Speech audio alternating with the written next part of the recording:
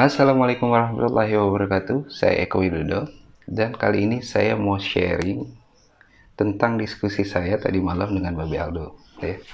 Jadi cukup sengit satu malam itu ya. Dan lumayan lama diskusinya itu ya, antara jam 9 sampai jam 1 malam gitu. Di space Twitter. Jadi nggak sengaja sih saya ada di sana tiba. Kemudian ya terjadilah dialog ya. Sebenarnya tentang dua hal saja, tentang vaksin dan coronavirus. Nah, seperti apa? Tonton video ini sampai habis dan jangan lupa subscribe dulu ya guys. Oke, yang pertama saya bahas tentang vaksin. Jadi soal vaksin ini ada yang kita sepakat dan ada yang tidak kita sepakat. Oke, yang pertama kita mau bahas adalah kesamaan kita dulu. Ya, kesamaan saya dengan Babe Aldo tentang vaksin ini, bahwa vaksin itu tidak boleh dipaksakan. Ya, clear, kita sama soal itu. Tidak boleh diwajibkan, ya, tidak boleh kemudian vaksin itu dijadikan alat untuk diskriminasi, ya, mencabut hak-hak sipil, hak-hak masyarakat. Masyarakat tidak boleh bekerja karena tidak vaksin, masyarakat tidak boleh masuk pasar karena tidak vaksin, masyarakat tidak boleh masuk tempat ibadah, tidak boleh ke tempat wisata, tidak boleh karena tidak vaksin. Itu tidak boleh ya, tidak boleh ada pemaksaan. Itu clear, kita sama soal ini. Hanya saja hal yang melatar belakanginya itu yang berbeda ya, yang berbeda. Yang kedua adalah kita sama-sama meyakini bahwa vaksin ini punya efek yang punya efek samping gitu ya, efek yang tidak menyenangkan, efek yang berbahaya pada kondisi-kondisi tertentu. Itu kita clear, kita sama. Makanya itu juga salah satu yang melatar belakangi saya mengapa vaksin itu tidak boleh dipaksakan, ya, tidak boleh diwajibkan gitu. Nah, sedangkan hal-hal yang kita tidak sepakati sampai kemudian terjadi perdebatan runcing adalah soal vaksin ini. Jadi Babe ini meyakini bahwa vaksin ini, dia nggak percaya vaksinnya. Kenapa dia mengatakan bahwa isinya placebo? Ya, langsung saya saja bantah, ya mungkin benar ada placebo, tapi pada saat tahap uji coba. Kenapa? Karena pada saat uji coba ya pasti ada ya, orang-orang yang dites dengan placebo dan dengan vaksin ya, kemudian diuji apakah hasilnya sama saja ataukah memang ada pengaruhnya ya. Tapi ketika sudah diedarkan seperti ini, udah nggak ada lagi itu namanya placebo ya. Kemudian kalau misalkan didapati ya kayak kemarin ada namanya vaksin palsu ya, di luar negeri juga banyak terjadi itu ya, tidak kemudian kita mengeneralisir semua vaksin itu isinya placebo karena ada vaksin palsu, ya nggak bisa juga. Kemudian Babe Aldo itu secara spesifik bilang bahwa gini, vaksin ini jangan-jangan dia bilangnya kasus positif ini naik, kasus corona ini naik, itu justru karena vaksin itu sendiri gitu. Nah, itu juga saya bantah dengan mudah karena yang terjadi kan kebalikan dari itu ya. Sekarang cakupan vaksin sudah tinggi di Jakarta, bahkan sudah sampai 90% ya, di tahap keduanya juga sudah sangat tinggi dan ya sudah sampai di angka segitu juga. Nah, ternyata kasusnya turun ya, bahkan rumah sakit sekarang itu mulai kosong ya. Puskesmas, kemarin saya sempat nganterin orang ke puskesmas, ternyata puskesmas juga kosong ya, tidak ada kehidupan ya, saking kosongnya itu rumah sakit sekarang. Nah, ini kan juga akibat atau ada faktor juga vaksinasi. Walaupun vaksinasi ini kan memang diharapkan bukan untuk tidak terinfeksi ya, tapi lebih ke tidak menimbulkan ya sakit yang memburuk atau keparahan ya, mengurangi tingkat keparahan. Nah, soal vaksin ini juga ada yang saya tidak sepakati dengan Babe Aldo, yaitu soal tingkat bahaya ya, bahayanya. Bahaya vaksin itu sudah terukur. Kenapa? Karena vaksin ini memang sudah ada dari ratusan tahun yang lalu ya. Ya, dan sebelum ada coronavirus pun ya kan kita sudah terbiasa dengan vaksin-vaksin yang ada, anak-anak kita, lansia kita dengan vaksin-vaksin yang ada, bahkan yang mau nikah juga divaksin, ya, yang mau umroh juga divaksin, dan itu kan nggak pernah ada masalah. Ada masalah, tapi tidak sekompleks sekarang. Kenapa? Karena ini memang dilakukan secara berjamaah, secara massal gitu ya, dalam waktu yang bersamaan. Dan tingkat cakupan yang sangat tinggi gitu ya. Jadi pemberiannya itu kan memang dari mulai di atas 12 tahun sampai usia lanjut usia ya. Jadi hampir semua rakyat Indonesia ini divaksin ya, jumlah 270 juta ya, 200 tepatnya 271 juta ini ya, sebagian besarnya akan divaksin. Nah, itu kemudian menimbulkan banyak masalah akhirnya. Nah, tapi tidak kemudian kita bisa menyalahkan vaksinnya. Ya, itu yang pendapat saya yang berbeda dengan Babe Aldo. Bahkan Babe Aldo secara spesifik ya bilang bahwa uh, baru divaksin berapa hari meninggal, baru divaksin berapa hari stroke, baru divaksin dan lain-lain. Saya tidak menapik itu. Ya, bahkan saya jelaskan juga di situ bahwa saya kan sebagai akupunturis juga, saya kan seorang epidemiolog, juga seorang akupunturis, saya juga mendapati itu. Pasien-pasien saya banyak yang datang dengan keluhan gangguan saraf di tangan, di kaki, di wajah setelah vaksin. Itu ada gitu ya. Bahkan ada juga yang meninggal ya setelah vaksin, berapa hari dia terapi, tapi kemudian tiba-tiba ngedrop ya, cari rumah sakit nggak dapet dan dia meninggal. Jadi tingkat kematiannya pun tidak selalu berhubungan, maksudnya gini, kematian akibat vaksin itu ada dan itu kan tidak dinafikan. Tapi kalau kemudian kita mau langsung menjudge, tapi kalau kemudian itu menjadi penyebab tunggal, itu kan mesti didalami ya. Misalkan gini, nggak usah ngomong komorbid lah, kalau komorbid itu udah langsung dikambing hitamkan ya komorbidnya. Tapi yang tidak ada komorbid misalkan, yang tidak ada komorbid itu kan bisa saja dia sebenarnya sedang positif COVID kemudian divaksin ya, karena ketidaktahuan itu sehingga jumlah virus yang ada di tubuh dia itu melonjak tajam, dia sudah infeksi ya, sudah ada virus corona di dalam tubuhnya, kemudian divaksin lagi ya, double. Sedangkan imunitasnya itu nggak bisa ngebedain mana yang virus asli, mana yang virus uh, apa vaksin ya, sehingga kemudian kewalahan dia bisa ngedrop dan itu fatal. Dan makanya sekarang kan dianjurkan ya minimal kalau nggak PCR mahal ya, antigen dulu gitu, jadi memastikan kalau memang kita negatif baru divaksin.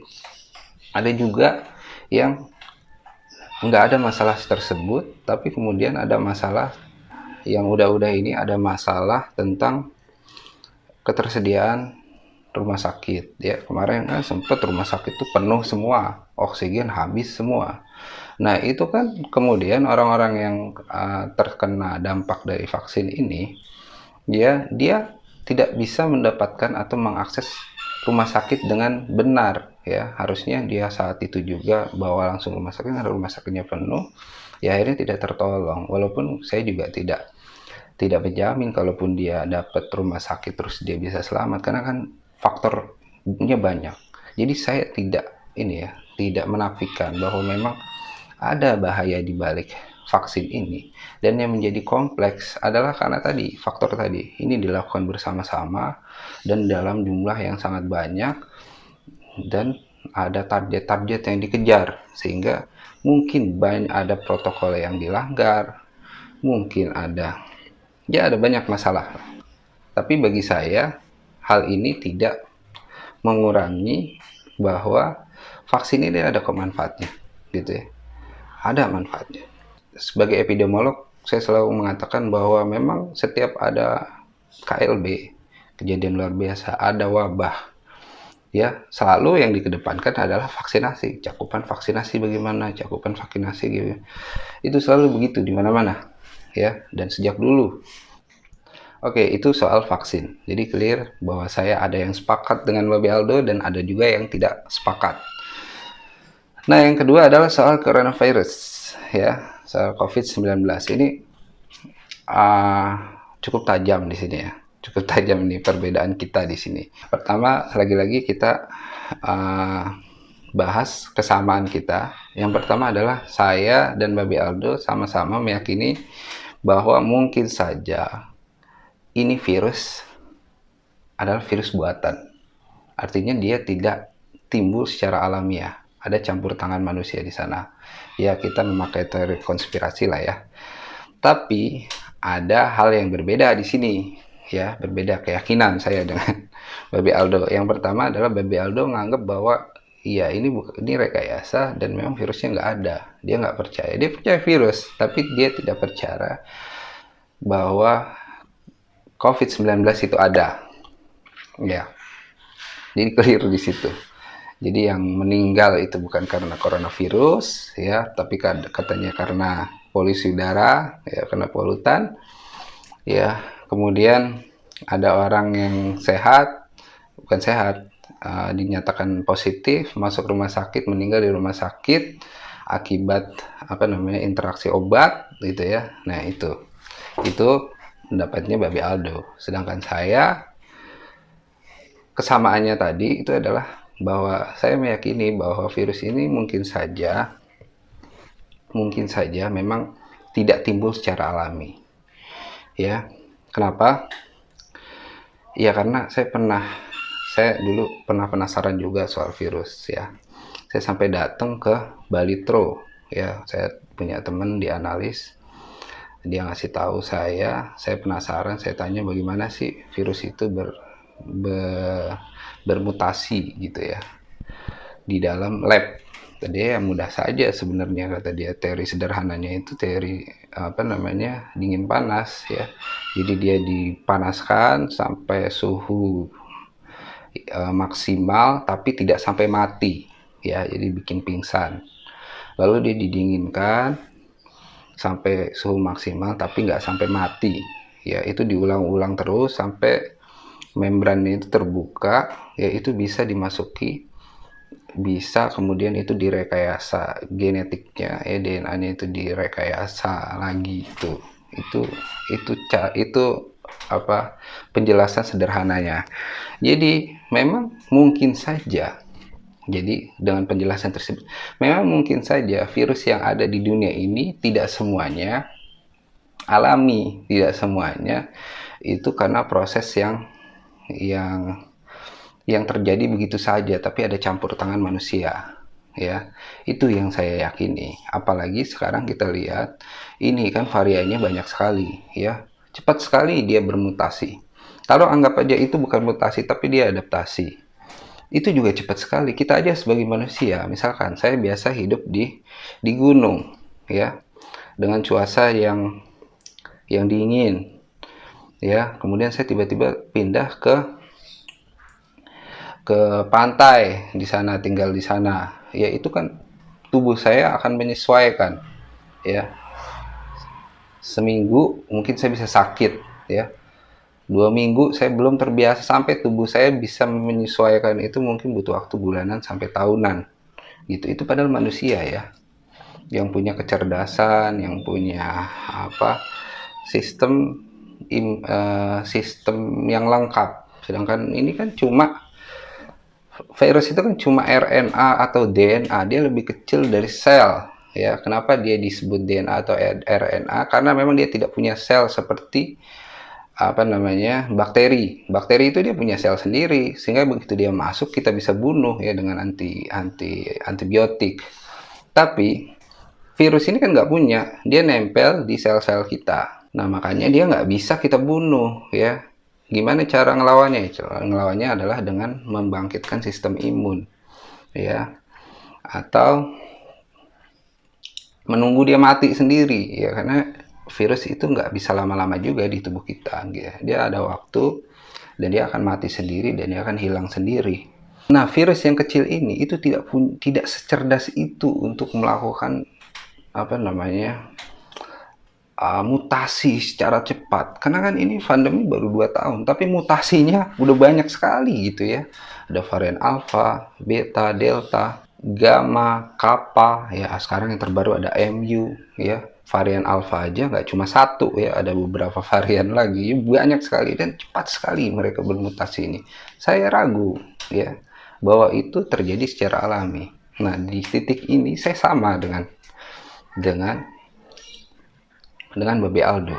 Tapi ya tadi saya nggak sepakat kalau Babe Aldo itu dia mengatakan bahwa memang coronavirus itu nggak ada gitu.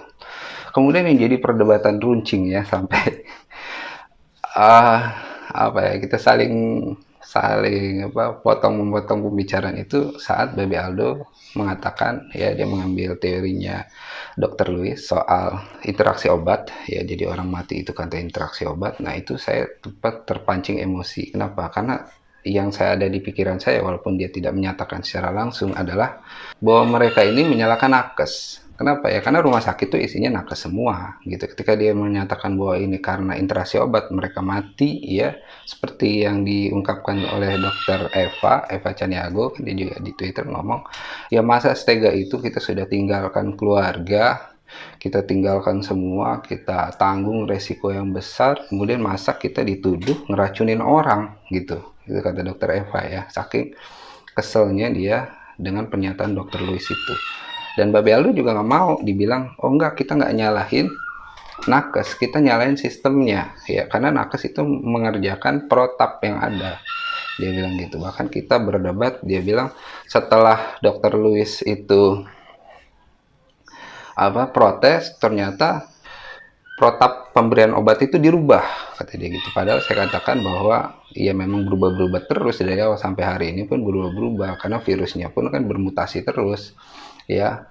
Kemudian setiap virus itu juga tidak memberikan kekebalan silang. Di samping itu juga setiap virus punya simptom yang berbeda-beda gitu. Nah, jadi pasti berubah-berubah. Nah, kita itu sempat adu argumen yang cukup tajam di situ ya. Intinya sih Babe Aldo tidak mau menyalahkan nakes ya. Dan dia juga nggak ngomong itu. Tapi yang ditangkap saya ya, Dokter Eva dan mungkin banyak orang bahwa teorinya Dokter Louis ini memang menyudutkan rumah sakit, menyudutkan nakes gitu ya, seperti itu. Kemudian yang terakhir juga soal jumlah kematian, dia mengatakan bahwa itu jumlah yang meninggal ya bukan karena corona ya, karena nggak percaya corona Babe Aldo kan. Nah saya katakan ya saya percaya itu ya, mungkin memang ada, mungkin satu dua puluhan mungkin ratusan orang yang sebenarnya tidak positif corona, tapi karena kondisi ya kita tahu kemarin itu seperti apa ya kan, dengan overload rumah sakit, mereka kewalahan dan over kapasitas itu ya, bisa saja orang yang tidak meninggal karena COVID digunakan protokol COVID dan lain sebagainya, itu bisa saja terjadi. Tapi pada intinya saya dan Babe Aldo itu banyak menemukan kesamaan lah. Dan perbedaan-perbedaan kita juga sedikit demi sedikit itu kita menemukan jalan temu. Karena itu pertemuan saya pertama ya, seperti itulah ya. Dan mungkin kita butuh pertemuan-pertemuan selanjutnya, kita ngobrol santai begitu. Atau mungkin kita bikin podcast, bisa aja kan. Karena kalau di room space itu kan banyak orang dan banyak yang nanggapi, jadi nggak bisa tektok langsung gitu ya. Perdebatannya gitu. Kalau saya sudah terbiasa sekali yang namanya perdebatan dari zaman sekolah gitu ya. Kemudian ngomongin politik, ngomongin apapun itu saya berdebat itu suatu hal yang biasa gitu ya. Dan nggak ada tendensi apa-apa gitu ya. Setelah itu kita happy aja gitu, nggak ada masalah.